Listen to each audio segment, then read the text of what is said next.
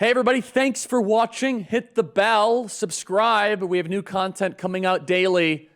Make sure you subscribe. God bless you guys. So I want to play a piece of tape here. I actually saw it on the stack first, citizenfreepress.com. Newt Gingrich had some of the sharpest commentary, and I want to remind you, the audience, Newt Gingrich is an institutionalist, and I don't mean that as a pejorative. I don't mean that as a negative. It's that when Newt Gingrich starts speaking like this, you really should take notice, because what Newt Gingrich says is that we are entering a generation of bitterness. I completely agree. I've been trying to tell people as I travel, because, you know, I get people come up to me at events, they say, Charlie, you know, all we need is to win one election and everything's going to solve this. Like, no, you don't understand. This is going to be a generation of struggle, of tumult, of tension, and people don't like that truth, Citizen Kate. People don't like to hear that. Instead, they want to hear that, you know, happy days of Narnia will return. Okay, I want to play this here first. It's a multi-part pieces of tape. I want to play 29, and then I want to play 31. Play 29, please. And I think we are drifting towards the greatest constitutional crisis since the 1850s and the rise of secession and the Civil War. I don't mean that as hyperbole. And Newt is a historian. For him to say this, Kane, is not, you know, this is not Twitter for Newt Gingrich. He's extremely careful with his words. He's a prudent thinker. He's very measured is the word I'm looking for. Play cut 31, and then I want your reaction. So what you're seeing across the country is a desperate last-ditch effort by a corrupt machine to destroy their most dangerous opponent in a way which not only breaks the Constitution, destroys the rule of law, and establishes a moment of bitterness which I think will last for a generation or more.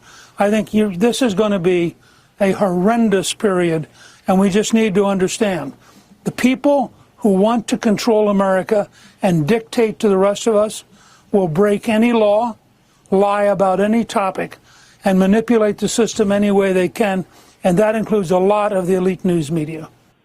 Now, is that Rush Limbaugh or is that Newt Gingrich? I mean, that's a message that you would hear on talk radio, not from a former Speaker of the House, Citizen Kane. Yes, I was watching it live on Hannity and didn't get the clip up in the stat probably until 3 o'clock, maybe it was 2:30 in the morning, but I had the same reaction as you. You know, I'm not going to call Gingrich a rhino, but he's an institutionalist. That's an excellent way to describe him, and he's measured. In fact, he's so measured that he told Republicans earlier this week to take it slowly with impeachment, and there was some negative pushback on that. So to hear these words from him, I jumped up in my chair. I mean, I was watching everything very, very closely, but yeah, Gingrich, you know, when Gingrich is saying these things, you know the Rubicon has been crossed. That's right. And he's 100% correct about what you mentioned too, this sort of generation of bitterness that's ahead. This, you know, it's a stupid cliche, but the Pandora's box has been opened. I mean, it's now we're going to charge our political opponents. So and this is obviously an extremely sad situation. I don't want to enter this period when Democrats are being charged because Republicans are in power and vice versa. But there's no choice. We have to take revenge at this point. We have to punch back. State attorney generals, Texas, Florida, South Carolina. There are places where things can start happening. And none of it's happening. And you talked about it a little bit before, because Republicans don't want to get negative press. We don't want to have bad things written about us by regime media. That's right. It's ridiculous. And hopefully hopefully there's some people with some backbone this morning, and that's ending. But yes, Newt Gingrich showed us that we've entered a new time. And this indictment, you know, I'm ready for battle. That's how I feel. I'm ready for battle, Charlie. Well, and Kane, the audience just doesn't always like when I speak like this, but I don't care, because it's true. Because look, there are a fair amount of people in our audience, 70, 80 years old, served in the military, paid their taxes. They remember an orderly America. They remember an America where institutions were trusted. I'm not even saying they were worthy of trust, but let's just say they were trusted. I was born into an America in 1993 in a high-trust society.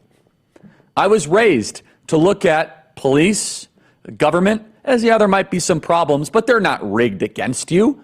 It's not like they've been taken over hostily. For me, everything's changed. Yeah, for me, this is not a hard shift because also I was raised why they lied about Iraq, they lied about the recession, Obama lied all the time, they've lied about the NSA, they've lied about the national debt, they lied about COVID, lied about masks. So for me, I really don't have a lot of muscle memory I have to deprogram, Citizen Kane.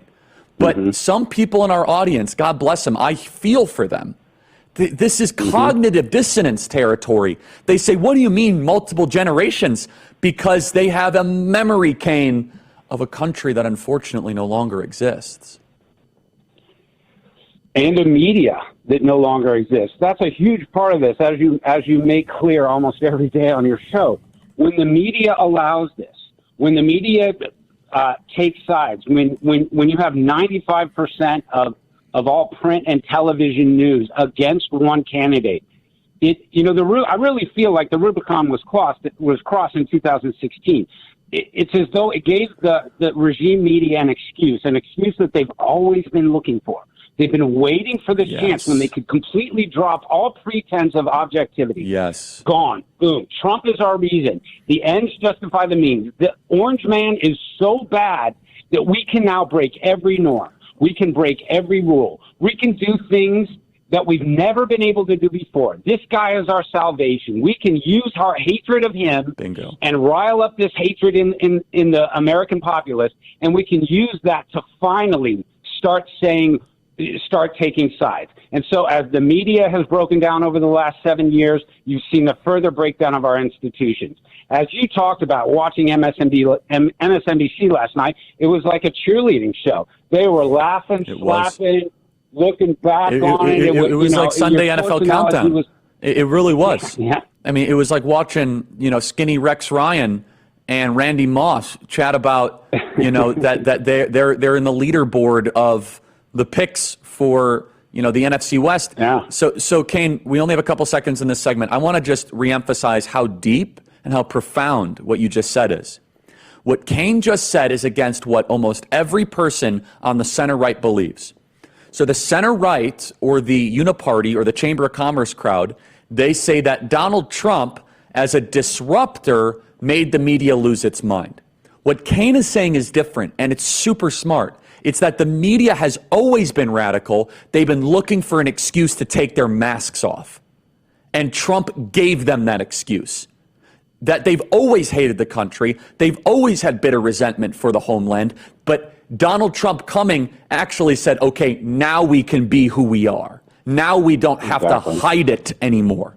That is completely different than the uniparty telling of 2015 and 16, where they say, well, Donald Trump, he came and he smashed it. And it's understandable because he's just so this. And if we get rid of Trump, no. They've always been this way. These are Marxists, and they've increased in ranks, and they've gotten crazier, not because of Trump, but because now they use Trump as an excuse to be who they've actually always been.